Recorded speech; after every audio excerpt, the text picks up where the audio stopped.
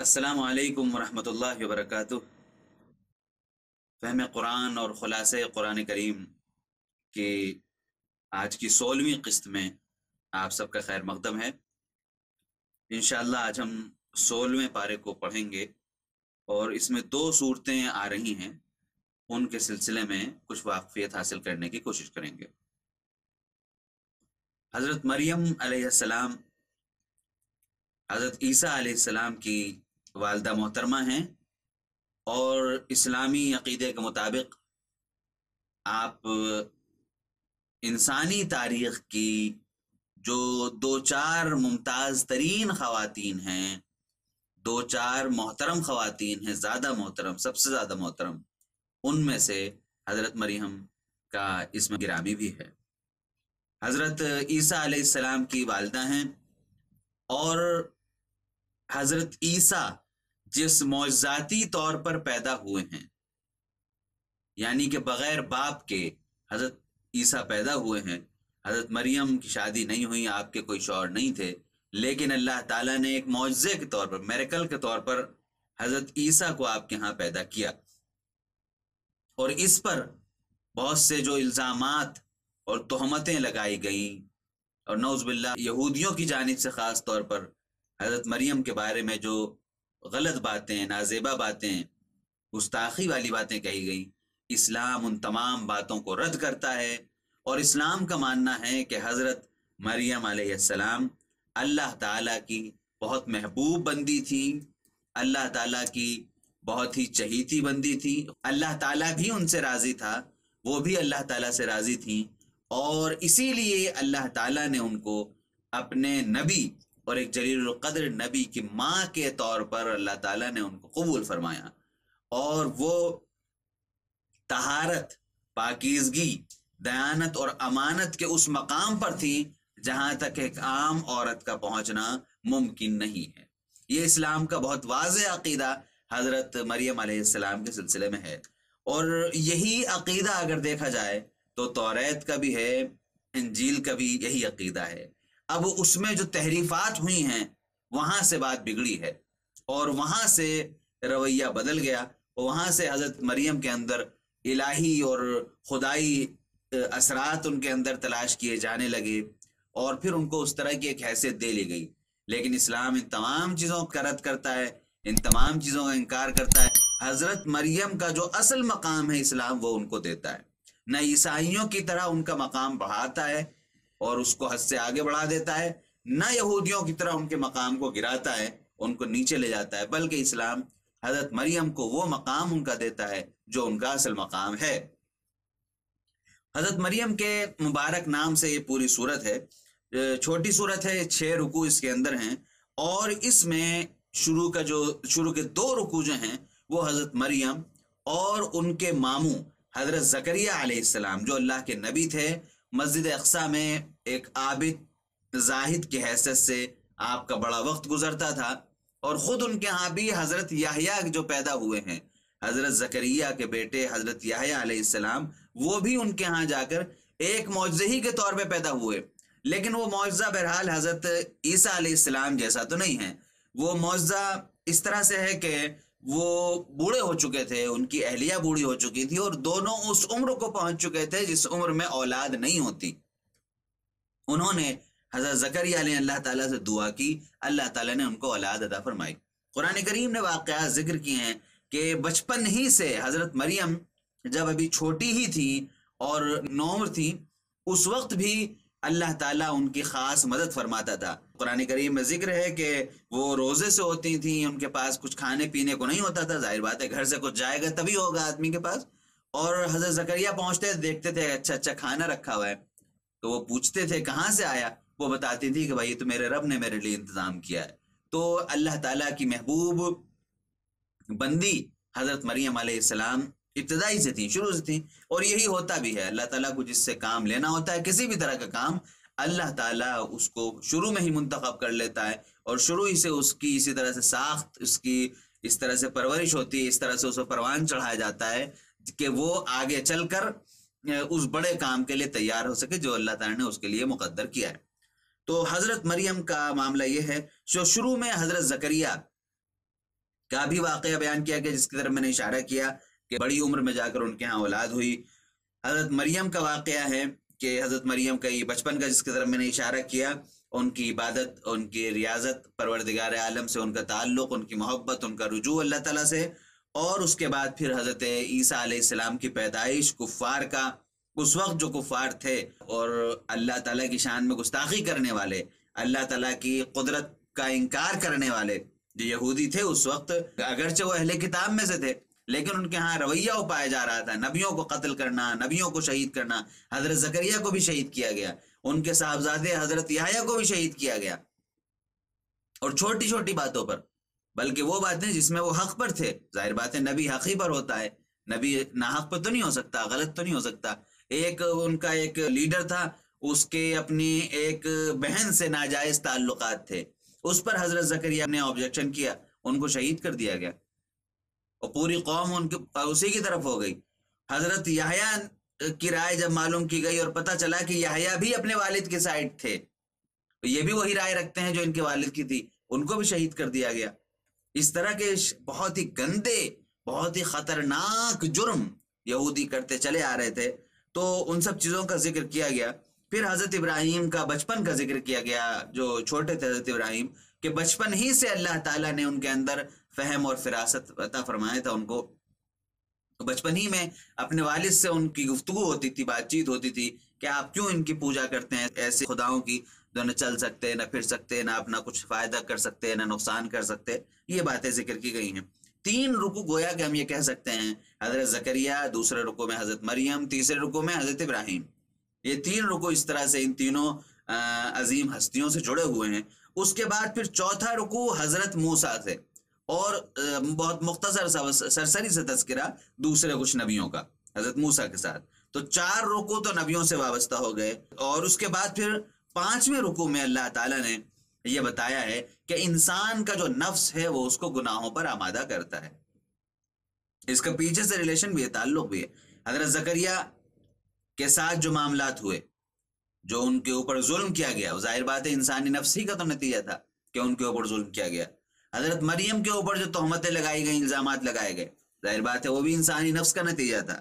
حضرت ابراہیم کے ساتھ ان کے والد کا جو معاملہ رہا، اور والد ان کے اپنے بیٹے کے سمجھانے کے باوجود بھی، اور کوئی دلیل، کوئی پروف نہ ہونے کے باوجود بھی کفر پہ جمے رہے، یہ بھی نفس انسانی کا ہی نتیجہ تھا۔ اور حضرت موسیٰ کے ساتھ جو معاملات ہوئے اور دوسرے نبیوں کا جن کا سرسری ذکر کیا گیا ہے، ان تمام کے ساتھ جو ان کی قوموں نے رویہ رکھا ہے، یہ رویہ انسانی نفس کی وجہ سے ہے۔ ہمارا جو اندرونی شیطان جو ہمارا ہمیں ابھارتا ہے، وہ ہمیں گناہ پر آمادہ کرتا ہے، اس کا یہاں پہ ذکر کیا گیا کہ انسانی نفس انسان کو غلط چیزوں پہ ابھارتا ہے، اس کو غلط پٹیاں پڑھاتا ہے، اور انسان اس کی بات میں آ جاتا ہے۔ جو لوگ نفس کی بات مانتے ہیں، قیامت میں ان کا نقصان ہوگا۔ جو لوگ نفس کی بات نہیں مانتے، نفس کا منہ پکڑ کے مروڑ دیتے ہیں، نفس کی گردن مروڑ کے اس کے منہ کو رگڑ دیتے ہیں سانپ کی طرح سے، وہ لوگ قیامت کے دن سرخرو ہوں گے۔ اس لیے 6 رکوع میں اللہ تعالیٰ نے قیامت کے بارے میں بتا کر بات کو ختم کر دیا۔ اس کے بعد پھر سورہ طٰہٰ شروع ہوتی ہے۔ سورہ طٰہٰ میں 8 رکوع ہیں۔ اس میں پہلے رکوع میں اللہ تعالیٰ نے اپنی رحمت، اپنی شان اور پوری کائنات پر اپنی عنایت اور اپنے کرم کی طرف اشارہ فرمایا ہے، اور پھر خاص طور پر حضرت موسیٰ علیہ السلام کی نبوت کا ذکر کیا ہے کہ موسیٰ کو کس طرح نبوت دی گئی اور انہوں نے کس طرح کام کیا، اور ان کے قوم کا کیا رویہ ان کے ساتھ رہا۔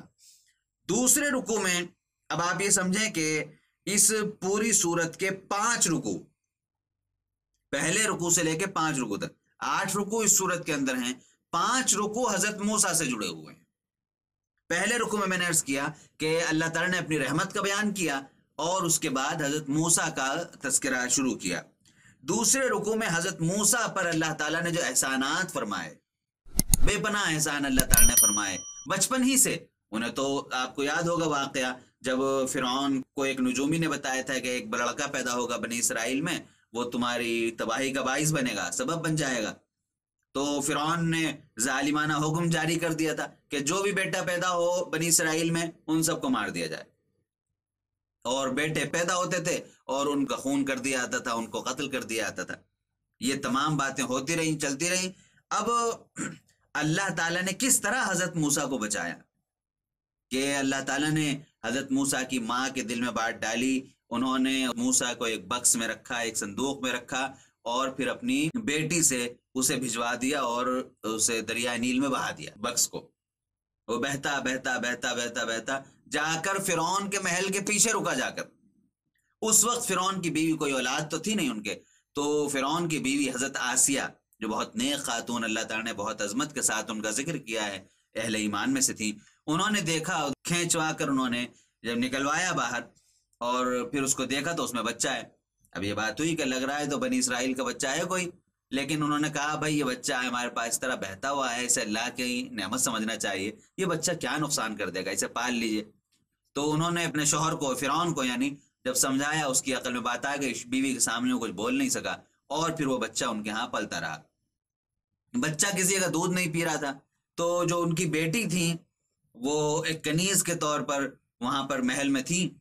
تو انہوں نے جا کر کہا کہ میں ایک دائی کو جانتی ہوں، اگر آپ کہیں تو میں، یعنی حضرت موسیٰ کی جو بہن تھی، انہوں نے کہا میں ایک دائی کو جانتی ہوں، بہت ماہر ہیں، آپ کہیں تو بلا لاؤں. کا بلا لاؤ. وہ جا کے ان کی ماں کو بلا لیں. ماں آئیں، ماں کا دودھ پیتے رہے حضرت موسیٰ، اور فرعون کے محل میں پلتے رہے. تو یہ اللہ تعالیٰ کا بہت بڑا انعام تھا، بلکہ سب سے پہلا انعام تو اللہ تعالیٰ کا یہی تھا حضرت موسیٰ کے اوپر.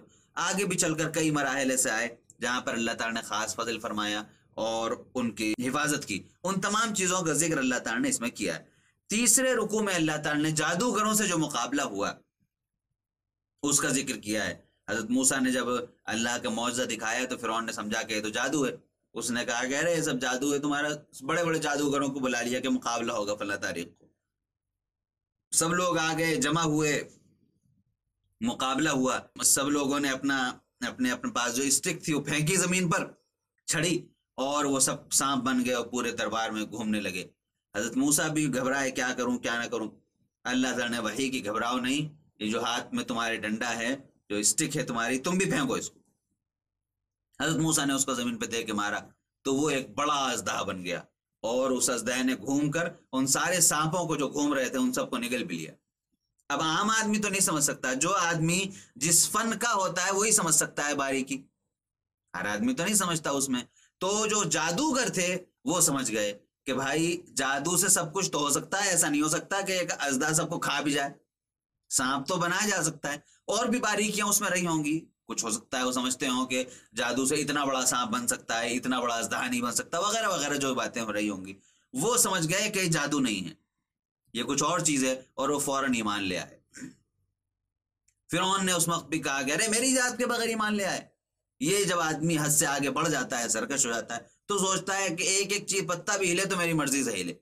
وہی فرعون نے کیا. پھر اس نے ان لوگوں کو سزا دلانے کا بھی بات کہی اور وغیرہ وغیرہ. وہ لوگ حق پر ڈٹے رہے، ایمان پر ڈٹے رہے جادوگر، اور وہ پھر حق سے پھرے نہیں.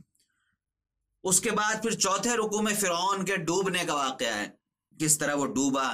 اور اس کے بعد پھر یہ بھی ہے کہ فرعون سے اللہ تعالیٰ نے بنی اسرائیل کو نجات دلائی، فرعون کو ڈبا دیا، غرقاب کر دیا. لیکن بعد میں بنی اسرائیل نے حرکتیں کرنی شروع کر دیں اور حضرت موسیٰ کی نافرمانی شروع کر دی.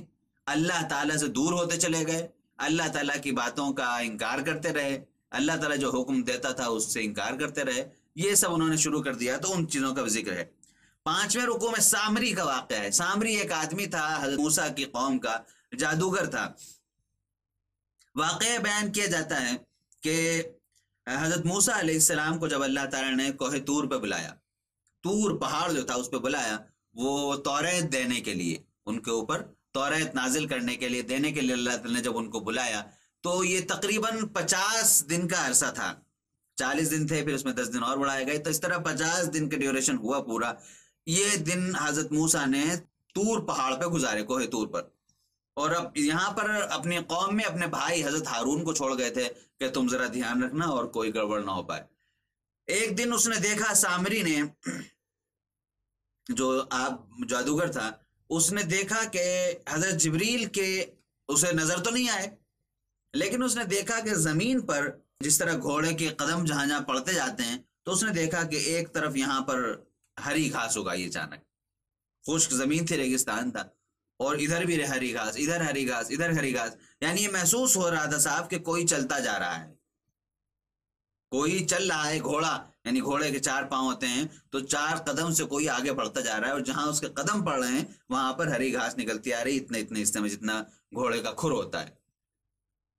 تو وہ سمجھ گیا، تیز آدمی تھا، وہ سمجھ گیا کہ ہو سکتا ہے موسیٰ کے پاس جبریل آئے ہوں، وہی لے کر آئے ہوں۔ تو اس نے کیا کیا کہ اپنی عقل اس نے بھڑائی، اور جہاں جہاں وہ ان کے قدم پڑنے سے زمین کے اندر زندگی پیدا ہو گئی تھی، وہاں وہاں سے اس نے مٹی اٹھا لی، اور پھر اپنے آس پاس کے لوگوں سے سونا جمع کیا، اور سونے کو اور اس مٹی کو ملا دیا، چونکہ اس مٹی کے اندر لائف تھی، زندگی تھی۔ اب وہ ایک الگ موضوع ہے، کیا تھا کیسے تھا اس کے یہاں موقع نہیں ہے، لیکن اس لیے اس نے ان کو دونوں کو ملایا۔ جب ملایا تو وہ اس کا پھر ایک بچڑا بنایا، اس کو گائے کا ایک بچہ کی شکل میں اس کو بنا دیا، گویا کہ مورتی ٹائپ بنا دی سونے اور اس مٹی کی مدد سے، جس مٹی کے اندر اسے لائف نظر آئی تھی۔ اس کو جب ملایا تو ظاہر بات ہے کہ وہ اصلی بچڑا تو نہیں بن سکتا تھا، اصلی بھینس کا، گائے کا بچہ تو اصل نہیں بن سکتا تھا، لیکن اس میں کچھ نہ کچھ زندگی تو پیدا ہونی تھی، لہذا اس میں سے آواز نکلتی تھی، بیں بیں کرتا تھا وہ، تو وہ سب کو دکھاتا، دیکھو یہ سونے کا بچڑا ہے، مٹی اور سونے سے ملا کے بنایا گیا ہے، اور اس کے اندر زندگی ہے، تو اس کا مطلب ہے کہ اس کے اندر کچھ خدائی پاور ہے، آسمانی کچھ خدائی طاقت اس کے اندر آ گئی، اس کی پوجا کرنی چاہیے۔ آہستہ آہستہ لوگ اس کی بات مانتے گئے، اور 50 دن بعد جب حضرت موسیٰ واپس آئے تو اپنی قوم میں بڑے پیمانے پر انہوں نے شرک پھیلا ہوا دیکھا، اس پر وہ بڑے ناراض بھی ہوئے، پھر اس کا قصاص بھی لیا گیا، سامری کے اوپر اللہ کا عذاب بھی نازل ہوا، اور اس کے بعد پھر دوسرے معاملات ہیں۔ تو یہ 5 رکوع، پہلے رکوع سے 5ویں رکوع تک حضرت موسیٰ کے ہی جڑے ہوئے معاملات ہیں۔ 6ٹھے رکوع میں اللہ تعالیٰ نے قیامت کے حالات بیان کیے ہیں۔ 7ویں رکوع میں اللہ تعالیٰ نے حضرت آدم اور ابلیس کا واقعہ بیان کیا ہے، جو اس سے پہلے بھی کئی بار گزر چکا ہے، بہت مختصر طور پہ یہاں پر آیا ہے 7ویں رکوع میں۔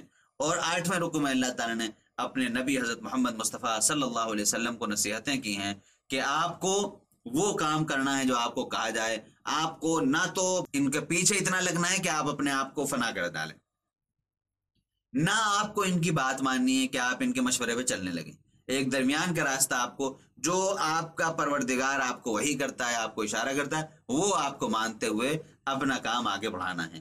اس طرح سے پھر 8ویں رکوع پر آ کر سورہ طٰہٰ ختم ہو جاتی ہے، اور 16واں پارہ ہمارا ختم ہوتا ہے۔ اگلے درس میں انشاءاللہ ہم 17واں پارہ پڑھیں گے۔ السلام علیکم ورحمۃ اللہ وبرکاتہ۔